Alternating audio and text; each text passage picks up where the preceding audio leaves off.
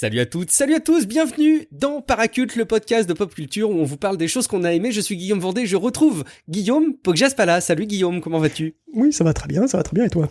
Ça va très très bien, on se retrouve pour continuer notre épopée Ultima, parce qu'après nous avoir listé la genèse et les premiers épisodes d'Ultima, tu as commencé à nous parler d'Ultima 7, et on va continuer donc cette saga d'Ultima.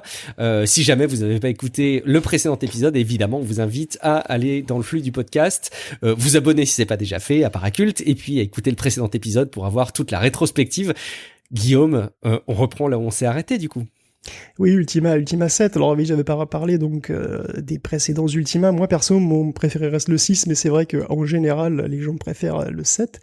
Donc Ultima 7, il sort seulement 2 ans après Ultima 6, hein, et ça montre la vitesse incroyable à laquelle la tech évolue en ce temps-là, parce qu'il y a un gouffre énorme entre Ultima 5 et Ultima 6, donc on en a parlé la dernière fois, mais en fait, il y a presque le même entre le 6 et le 7.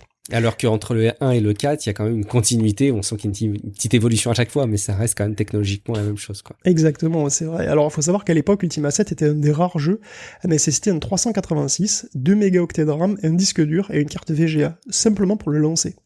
Alors, je sais, ça paraît pas énorme, mais en tout cas, en 92, c'était pas évident. Souvenons-nous qu'en France, on publiait encore en 92 Amstrad Magazine, et il y a pas mal de gens qui étaient encore sur Amiga et Atari ST. Donc je suis allé voir dans une génération 4 d'époque d'ailleurs, hein, une configuration 386 SX25 de mégas de RAM avec un VGA, avec un écran VGA couleur, c'était 8090 francs, ce qui était une petite fortune à l'époque. Hein. Ah, effectivement. Tout ça, ouais, bah oui, bah attends, moi je sais pas ce que t'avais, mais... Alors en quelle année ? 92. Bon non, ça faisait partie de l'époque où j'avais rien à moi et que j'héritais du TO8 de mon non, frère. Mais en fait, non. Moi, j'avais un 386 SX qui n'était pas capable de le faire tourner, tout simplement. C'était un SX20, et on jouait sur le truc de mon père, en fait, sur lequel il tournait correctement, mais sans plus, quoi. Et donc oui, Ultima 7 pousse la technologie de l'époque très loin, hein. Ils ont mis au point leur propre gestionnaire de mémoire étendue. Donc le jeu nécessitait d'ailleurs une somme de travail immense. Et Origin, dans l'intervalle, est devenu un studio moderne. Donc il a énormément grossi, de 40 à 120 personnes. Et les postes sont spécialisés, et les budgets ont explosé. Hein. Ultima 7 coûte $1 million, ce qui est énorme pour l'époque. On est loin du petit développement dans son coin tout seul des premiers Ultima. Ah, complètement. Alors la sortie va rater Noël 91 et le crunch est massif, encore une fois. Donc on parle de crunch, tu sais, c'est vraiment pas d'hier, malheureusement, c'est clair et net. Alors Origins, la boîte Origins Systems survit grâce à Wing Commander. Mais sans ça, en 92, Ultima a pas intérêt à se planter, quoi, parce qu'il y aura pas de Wing Commander en 92, donc si Ultima se plante, il crache avec, encore une fois, il crache avec Origin Systems, quoi. Donc, encore une fois, le jeu se transfigure, donc cette fois, c'est vraiment, voilà, on passe total en plein écran, il n'y a plus d'interface, elle apparaît à la demande. Tout est intégralement jouable à la souris, l'intuitivité est très moderne, on a glissé-déplacé, clic droit pour bouger, ça marche toujours très bien aujourd'hui, d'ailleurs. Et bon, globalement, tout est 4 fois plus détaillé dans Ultima 7 que dans le précédent. Hein. Cette fois, on n'a plus des couleurs vives et cartoon, on a une palette qui est plus réaliste, le monde est plus grand, toujours avec cette impression de compression, mais voilà, les villes sont plus complexes, elles fourmillent de détails et de personnages, comme d'habitude. L'interactivité avec le monde est encore plus poussée, hein, encore plus bac à sable, comme on dirait aujourd'hui, donc on peut pratiquement tout faire, hein, et d'ailleurs, tes compagnons vont commenter tes actions. Et les PNJ d'ailleurs discutent entre eux, on les entend, entre guillemets, sous forme du texte, une petite bulle de texte qui les suit comme ça. Et d'ailleurs, il est notable que ce soit le premier épisode à avoir été traduit en français. Et bon, c'est bien, parce que le jeu est très très bavard et très narratif. Alors bon, l'histoire, si vous voulez voir l'histoire débute par toi, l'avatar, hein, comme d'habitude, propulsé en Britannia, alors qu'un meurtre horrible vient d'avoir lieu.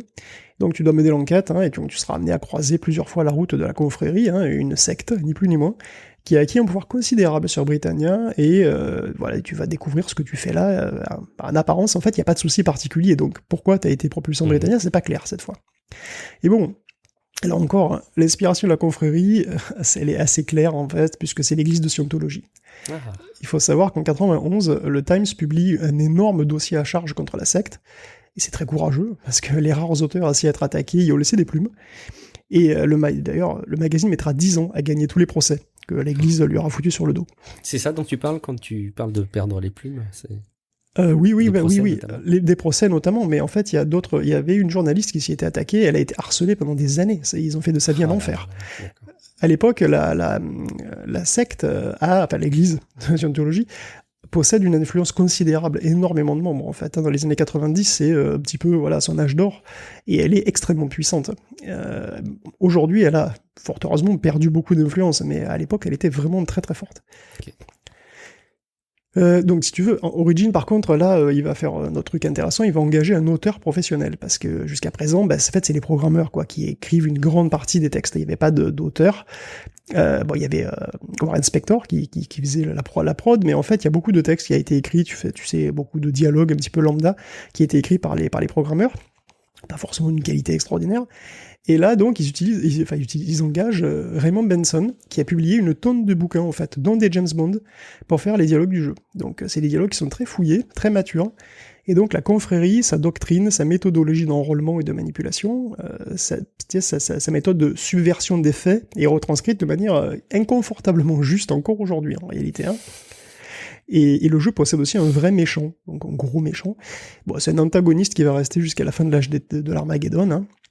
C'est c'est le gardien. Le jeu est long, riche, et c'est que le début en fait, parce que Ultima 7 s'étend sur 2 épisodes et une extension avec Ultima 7, l'île du serpent et donc l'extension Forge of Virtue.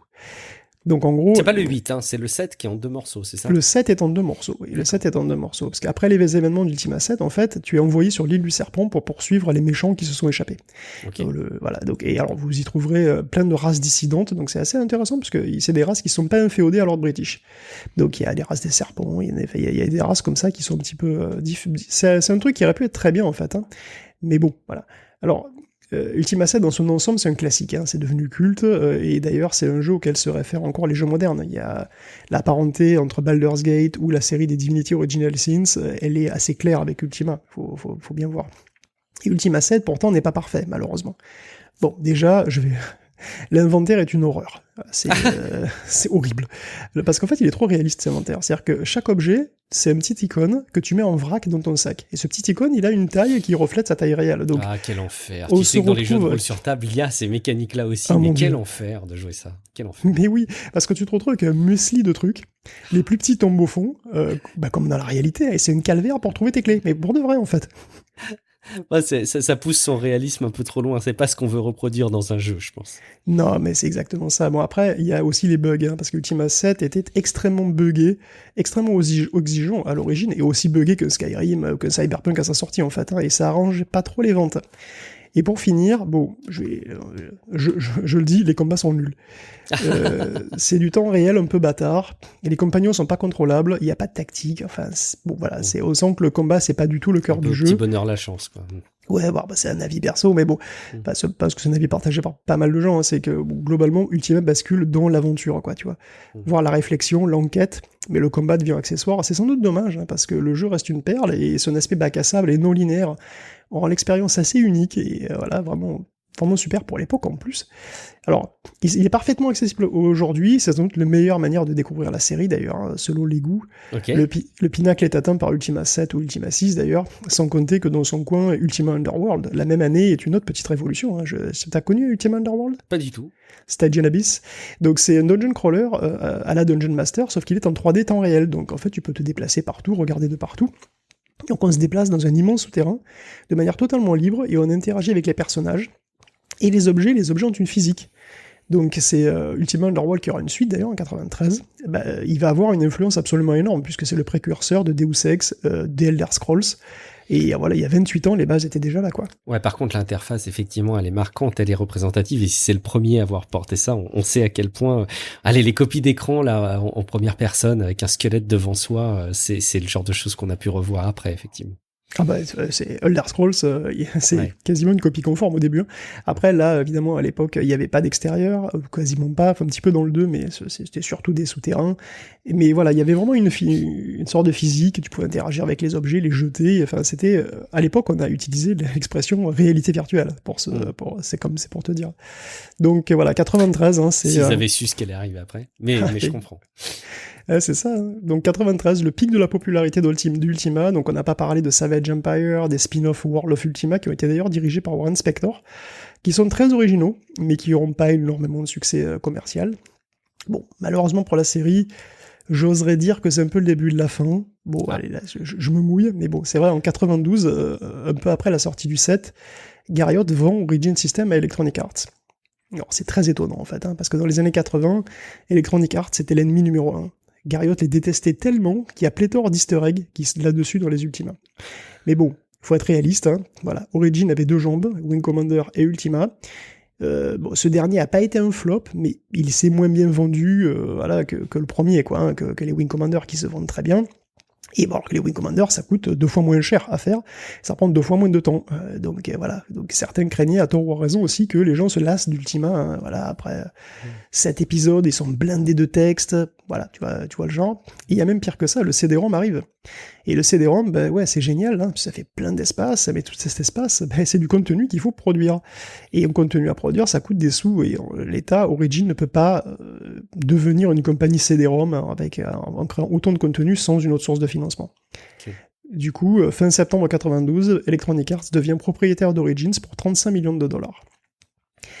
Et bon, ce qui est beaucoup quand même, enfin, oui, j'imagine qu'aujourd'hui c'est des sommes qui feraient rigoler mais pour l'époque c'est vraiment énorme peut-être. Ah oui, pour l'époque c'est énorme. Je disais $1 million pour Ultima 7, c'est énorme pour l'époque. Même si effectivement aujourd'hui ça fait sourire face aux, je sais pas, 800, 900 millions de Red Dead 2. Mais bon, tous les jeux sont pas Red Dead 2, mais $1 million, oui, c'était énorme pour l'époque. Blockbuster. Et bon, graduellement, du coup, forcément, l'atmosphère change chez Origin. En gros, fini les conneries, on parle en termes de cash, de deadline, de stratégie. Alors, il y en a un qui est content, c'est Dallas Snell, donc Dallas Snell, c'est le monsieur crunch d'Origin, c'est le production manager.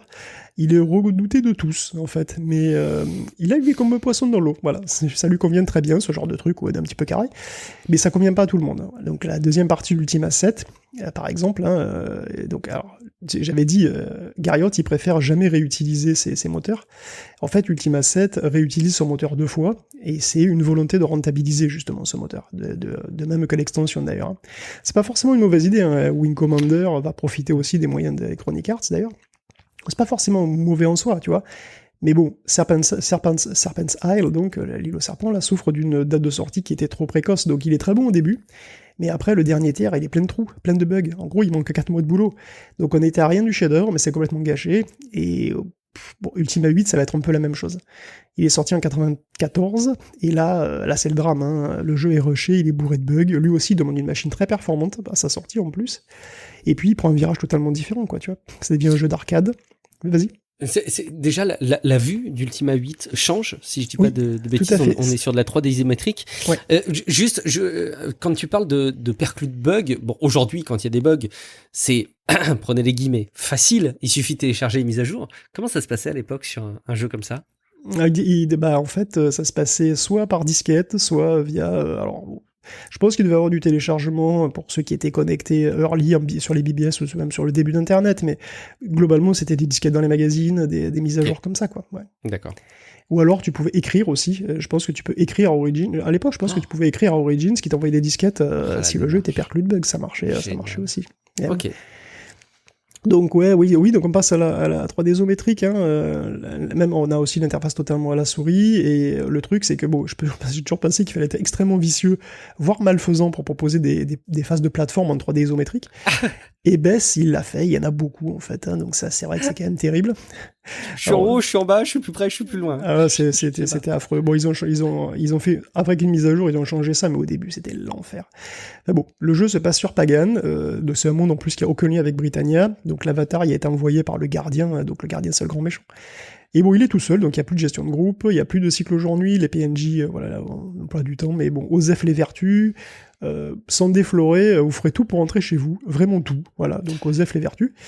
Pagan est bien représenté, c'est joli, c'est détaillé, c'est bien animé, pour une fois d'ailleurs, c'est bien animé, mais les combats sont pas beaucoup plus intéressants que le 7, il y a moins de persos, il y a moins de dialogue, il y a moins de possibilités, le monde est relativement petit, il y a une seule vraie ville, voilà, bon, il y a des souterrains, on passe presque tout son temps, donc le jeu fut patché, du coup, les sauts devenaient ingérables, donc Ultima 8 n'est pas totalement à jeter, le jeu est beaucoup plus sombre, mais il est tout de même un cran, voire plusieurs crans en dessous d'Ultima 7, pourtant c'est un des épisodes les plus vendus, comme quoi... Il n'a pas cette volonté d'aller explorer le plus possible la richesse d'un univers et la création de dialogues, raconter une histoire. On sent que c'est une production plus qu'un jeu, peut-être pour la première fois dans la saga d'Ultima, peut-être. Disons que c'est le sentiment qu'on peut avoir, effectivement. Ouais. Après, bon, il est pas complètement mauvais non plus, mais il a un côté, ouais, c'est un petit peu différent, quoi. Alors, on dira Ultima 9, qu'en est-il Ultima 9 Ultima 9, ils sont en 99, et c'est toujours Est-ce une que les période mêmes causes difficile. produisent les mêmes effets? Pas vraiment, c'est très différent, mais c'est quand même une catastrophe. En fait, en 99, il rame même sur une machine de guerre de l'époque, et il est buggé de tous les côtés jusqu'à la garde. Je l'ai essayé, je suis pas allé bien loin d'ailleurs, je peux te le dire. Pourtant, dûment patché avec un PC adapté, le jeu a des qualités, hein. Il est en 3D intégral, 1999 oblige. Et pour un jeu de cette époque, il est même pas trop moche. Le monde n'est pas bien grand, la maniabilité est très bizarre, le jeu est linéaire et le scénario est étrange puisqu'Ultima 8 n'a jamais existé, c'est bizarre. Mais bon, il est sorti en full 3D, c'était remarquable. On avait déjà un Quake 2 et 3, System Shock 2 à l'époque, voire Final Fantasy 8, donc la 3D était assez mal maîtrisée. Ce qui fait que finalement... C'est pas catastrophique comme 3D, le Tomb Raider sur PlayStation date de quand par rapport à ça? C'est à peu près à la même époque, 98 je crois. Et à comparer, honnêtement, c'est tout à fait convaincant, je trouve, comme restitution de 3D. Oui, mais le truc c'est qu'il fallait, à l'époque, si tu veux, tu pouvais faire tourner Tomb Raider sur un PC moyen, alors que sur un PC moyen, Ultima 9, il tournait pas ou très mal. Bien sûr, quoi. Oui, effectivement. Ouais. Quand je dis mal maîtrisé, c'est surtout que le jeu était difficile à faire tourner, en fait, à l'époque, et que, en plus, voilà, il n'est pas resté nombreux dans les mémoires, en fait. Aujourd'hui, il a terriblement vieilli. Tu sais, comme presque tous les jeux des premiers temps de la 3D, c'est assez compliqué de revenir dessus. Alors même qu'à pour l'époque, esthétiquement, il n'était pas si laid que ça, bien entendu. Mais bon, voilà, les restitutions des nuages, des ciels sont plutôt bien faites, je trouve. Mais bon. Non, mais il n'était pas. Encore une fois, c'est pas un truc complètement acheté, mais c'est difficile, quoi. Bon, après, évidemment, on pourrait croire du coup que la série est morte avec lui. Eh bien non, puisqu'en 97, Ultima passe online. Donc Ultima Online peut se décrire comme Ultima 7 massivement multijoueur, en gros, ça ressemble énormément à ça. Et Ultima 8, c'est en 3D isométrique, enfin c'est une 3D isométrique un peu bizarre. C'est pas la même que pour le 8, ouais. Non, c'est pas la même, c'est une 3D fausse en fait, la perspective est très très étrange. Pas bon, à tous les coups, la différence d'Ultima 8, Richard Garriott, lui, est à fond dans le développement d'Ultima Online, parce qu'il n'a pas énormément participé à Ultima 8 en vrai.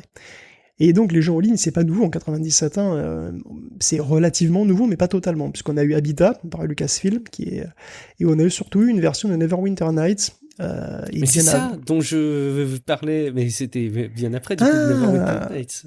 Non, c'était pas forcément. Oui, c'était bien après les premiers, bien sûr, oui. Oui, c'est bien après les premiers, mais c'est à ces jeux-là que je me rappelais où là, il y avait cette fameuse mule qui te permet de transporter tes affaires. Ah, d'accord. Alors, Neverwinter Nights, attention, il en existe un actuellement. Je parle pas de celui-ci. Je parle d'une version beaucoup plus ancienne de Neverwinter Nights Online. Ouais. Et bon, en tous les cas, tout ça vient des mods, les multi-user dungeons, qui sont des trucs très anciens, textuels, sur lesquels on jouait sur des mainframes. Et bon, quand Ultima Online sort, par contre, il explose tout. Donc, pourquoi ? Globalement, c'est un monde qui est beau et détaillé, un petit peu comme Ultima 7, donc à l'époque, c'était quand même marquant, en 97, je rappelle. Et surtout, ça supportait des milliers de joueurs en simultané, qui étaient entièrement libres, même d'être des ordures. Tu pouvais être une véritable ordure. Tu pouvais tuer les joueurs et les dépouiller. Il n'y avait aucun souci. Et c'était complètement organique, en fait. Les joueurs se rallient, s'affrontent, ils forment des factions, ils créent des secteurs économiques entiers. Évidemment, tu peux te balader, trouver des trésors, faire de l'artisanat, tu peux joindre des guildes, tu peux construire des maisons, et tu peux acheter des maisons contre de l'argent réel, d'ailleurs. Donc, c'était un MMORPG moderne. Et en 98, il avait déjà 100 000 abonnés. Donc, il fait un truc extrêmement intéressant. Il prouve la viabilité du modèle économique, tout simplement, du MMORPG. Parce qu'il faut pas oublier que c'était $10 par mois, quasiment, pour y accéder. Donc voilà, certes, d'autres s'en sont inspirés, tu vois. Et en 2001, il y a 240 000 joueurs qui se connectaient à Ultima Online dans le monde, dont 20 à 30% de femmes. Donc en fait, le MMO s'universalise, et à l'époque, il y avait encore moins de femmes qu'aujourd'hui, il y a autant de femmes que d'hommes qui jouent, mais à l'époque, c'était encore très, très masculin, c'est donc assez notable, je pense, qu'on sache qu'il y avait jusqu'à un tiers de femmes sur les serveurs, c'était quand même vraiment marrant. D'ailleurs, je sais pas trop comment ils ont réussi à le savoir, mais bon, écoute. Et ce qui est d'autant plus compliqué, c'est qu'on sait pas quelle est la part de pourcentage de femmes qui jouaient avant. Non, c'est vrai. Donc si ça se trouve, c'était standard à ce qui se passait, on a toujours eu l'impression que c'était très masculin. Mais... Oui, c'est vrai. Dans les années 90, moi, quand j'étais plus jeune, C'est vrai que c'est l'impression que j'avais. C'est Ouais. tu as raison, c'est peut-être Moi pas aussi, si, hein, pas c'est si vraiment évident. cette impression que j'ai eue, mais bon, on va se méfier, on prend tout ça avec des pincettes. Tout à fait. En tout cas, Ultima Online verra des extensions jusqu'en 2015 et il existe toujours. Il est toujours actif. C'est fou. Ça. Aujourd'hui, il est maintenu par Broadsword, qui est d'ailleurs maintient aussi Dark Age of Camelot, un truc qui peut te rappeler des souvenirs peut-être. En tout cas, le jeu est devenu free-to-play. Donc si le cœur vous en dit, bah voilà, c'est un coup de Google. Hein. Franchement, vous pouvez essayer Ultima Online. Alors, il devait avoir des suites en fait. Hein. Il devait y avoir Ultima Worlds Online, Origins et Ultima 10 Odyssey, mais aucune ne vit le jour. Après, Richard Garriott essaya de réitérer. Alors, il essayait de réitérer l'exploit avec Tabula Rasa. Pour ceux qui se souviennent de l'expérience Tabula Rasa. Tabula Rasa, c'était chez NCSoft. Ce sera pas un succès, hein. Voilà, il n'existe plus malheureusement. Néanmoins, il a accouché d'un fils spirituel à Ultima Online qui s'appelle Shroud of the Avatar. Donc c'est un MMO 3D bien sûr. Et qui est orienté sandbox. C'est le truc de Garriott, ça, hein, le sandbox, hein, vous avez bien compris. La liberté, le truc organique, c'est lui. Donc voilà, lui, il est toujours en activité, il est free-to-play, il est toujours en train d'évoluer. Bon, les avis sont mitigés sur Shroud of the Avatar, mais c'est très compliqué parce que tu sais comment c'est un MMO, ça sort un peu en accès anticipé, ça arrête pas. Bon voilà, est-ce que c'est le phénomène, peut-être pas un truc de l'ampleur de Star Citizen, mais tu vois, il évolue en permanence, donc c'est compliqué de donner un avis définitif dessus. C'est free-to-play, si vous voulez essayer, pourquoi pas. Écoute, top, c'est hyper sympa. Alors, naïvement, je n'avais pas en tête le fait qu'on pouvait jouer à Ultima Online aujourd'hui. J'ai peut-être testé d'ailleurs pour la petite anecdote. Bon, faut s'attendre à quoi comme expérience de jeu si on s'y lance aujourd'hui? C'est un peu rugueux. Alors en plus, il y a deux clients. Le client classique, c'est très rugueux dans le sens où il y a encore cet inventaire catastrophique qui a été porté. Le client Enhanced, le client 3D, là, il est un peu plus gérable. Il a une interface un petit peu plus gérable, je trouve. Et les graphismes sont un peu meilleurs, mais globalement, c'est de la 2D. Il faut cliquer partout, hein, tout est à la souris. C'est un petit peu lourdingue par rapport à ce qu'on... Et puis surtout, il y a beaucoup de texte, il faut beaucoup lire, il y a quand même... voilà, c'est pas très guidé, c'est très très libre. Heureusement, il n'y a plus de PVP sauvage, hein, vous avez un monde de PVP ou un monde où vous êtes protégé, donc ça c'est quand même pas mal. Et ça permet effectivement d'essayer le truc. Il existe aussi une multitude de serveurs privés. C'est peut-être pas légal, en fait, j'en sais rien, mais bon, voilà, il existe une multitude de serveurs privés. Vous pouvez même en faire un assez facilement. Donc, si vous voulez faire un serveur privé entre potes, voilà, c'est sans doute possible aussi. Je vais pas rentrer dans les détails, mais en tout cas, voilà, c'est un truc qui est très très bien mis en place. D'ailleurs, c'est la communauté qui maintient tous ces trucs-là. Enfin, c'est un boulot de malade mental. C'est un jeu qui tient depuis 20 ans. Hein, c'est extraordinaire. Et c'est vrai que, pour conclure cette longue rétrospective quand même, hein, un mot sur comment jouer à tout ça et sur la communauté. Alors, c'est vrai, comment jouer à tout ça, parce que voilà, j'ai évoqué évidemment tous ces jeux. Alors, le plus simple, hein, à nos mots, c'est GOG, donc Good Old Games. Donc, si vous avez tout, du 1 au 9, c'est globalement 5 balles les 3 premiers épisodes rétro, sinon c'est 5 balles les épisodes les plus récents. C'est 5 balles aussi pour le pack 1, 2, 3, et 5, c'est 5 euros pour les 4, 5, 6. C'est 5 euros pour les 2 Ultima Underworld aussi. Sinon, c'est 5 euros Ultima 7, 5 euros Ultima 8 et 5 euros Ultima 9, qui est patché et jouable, rassurez-vous. Sachez par ailleurs que Savage Empire, Martian Dreams et Ultima 4 sont gratuits, donc il n'y a pas de raison de ça en privé. En particulier les Savage Empire et Martian Dreams qui sont très originaux, vraiment. Donc maintenant, si vous avez déjà les jeux d'une manière ou d'une autre, hein, voilà, je peux pas ne pas mentionner le travail remarquable des fans qui ont recréé des moteurs pour ces antiquités. Donc pour Ultima 4, il existe XU4, qui est un moteur multiplateforme, qui te permet de rejouer tranquille à Ultima 4. Il y a aussi Nuvie, donc Nuvie, N-U-V-I-E, pour Ultima 6. Il y a Exult pour Ultima 7, et Pentagram, qui donc pour Ultima 8. À noter que ces logiciels ont été inclus... Alors, pas Exult, mais XU4, donc Nuvie et Pentagram sont dans ScumVM. Donc ScumVM, si vous aimez les jeux d'aventure, vous connaissez sans doute ScumVM, hein, puisqu'il permet de jouer à une multitude de point and click sur toutes les plateformes modernes. Donc ScumVM, c'est Scum Virtual Machine, et Scum, c'est Scripting Utility for Media Mansion. Donc c'était l'outil de LucasArts pour faire leur jeu. Donc vous pouvez rejouer à tous les jeux LucasArts, mais pas seulement, puisqu'en fait maintenant il y a une multitude de moteurs qui ont été intégrés, c'est devenu une plateforme Scum en fait. MVM, pardon. Donc voilà, il se limite plus, hein. Il y a aussi les jeux... donc c'est un multi-émulateur, donc il y a les jeux Sierra, les jeux Delphine par exemple, les jeux Cocktail Vision, les jeux Westwood, comme... il y a aussi Little Big Adventure au Seventh Ghost d'ailleurs. Et donc dernièrement, Ultima 4, 6 et 8 qui ont été inclus. Pour le set, Exalt a été mis en jour encore cette année, donc voilà, gardez à l'esprit que ce sont uniquement des moteurs, donc vous devez posséder le jeu pour pouvoir y jouer et fournir les données du jeu. Bon, en gros, le contenu des disquettes, hein, tu dois les donner à bouffer à Exult ou à Newvi, etc. Et bon voilà, si vous voulez en savoir plus, allez toujours sur ultimacodex.com, hein, vous verrez à quel point cette série a marqué ceux qui y ont joué et qui y jouent encore, sans doute. C'est quoi ton expérience, toi, perso, pour conclure la conclusion avec Ultima? T'as découvert concrètement ça quand, et t'y as joué pour quels opus? Et est-ce que ça t'arrive de lancer encore des Ultima par nostalgie? Ouais, et ben en fait, oui, moi j'ai trouvé Ultima 6 j'allais dire sous le sapin. C'était pas à Noël, en fait, avec mon père, on était allé acheter un jeu vidéo et j'avais choisi à la boîte parce que je connaissais pas du tout. Génial. Il y avait une superbe boîte parce que voilà, on a reparlé des packaging, hein, donc la boîte d'Ultima 6, donc c'est en 90. Et en 90, donc je sors cette boîte, je l'ouvre, et là c'est vrai qu'il y a la carte et tout, donc ça enflamme l'imaginaire, tu sais, cette carte en tissu avec tous ces noms en runique et tout, c'était vraiment intéressant. Donc j'y ai joué un petit peu sur le PC de mon père, c'était très très très compliqué. Donc après j'y ai joué sur mon propre PC, ce qui était en noir et blanc à l'époque, et donc j'ai eu énormément de mal, comme je disais, parce que en fait je comprenais pas bien l'anglais, quoi. Je comprenais pas. En noir et blanc. Ouais, mais c'était pas le problème c'était l'anglais. Ouais, l'anglais, ouais, c'était en noir et blanc parce que j'avais un portable à l'époque qui était noir et blanc. Bref, donc oui, mais je me suis accroché, et surtout j'ai eu mon père qui a eu pitié, il m'a imprimé une Solus à un moment, qui m'a permis de jouer avec la Solus. J'ai offert des cours d'anglais accélérés. Non, il m'a offert une Solus, et en fait, c'était très bien parce que on pourrait dire que ça casse le jeu, mais en réalité non, parce que j'avais tellement de mal à me repérer et à comprendre, tu vois, ça m'a permis non seulement d'avancer dans le jeu, vraiment, et de le finir, ce que j'aurais sans doute pas réussi à faire sinon, et ça m'a aussi motivé pour apprendre l'anglais, tout connement, parce que j'avais une vraie motivation extérieure au collège. Tu vois, au collège, je commençais l'anglais, ok, super, mais oui, pourquoi faire? Là, je savais pourquoi faire, tu vois, c'est pour jouer à Ultima 6. Donc c'était ma première grosse expérience, puis après j'ai Ultima 7, et puis Ultima 8, etc., donc à noter que j'ai pas fait Serpentile par contre à l'époque, donc ça a été et que du coup oui il m'arrive de relancer Exult avec Serpentile ou Ultima 7, ouais. Pour le plaisir.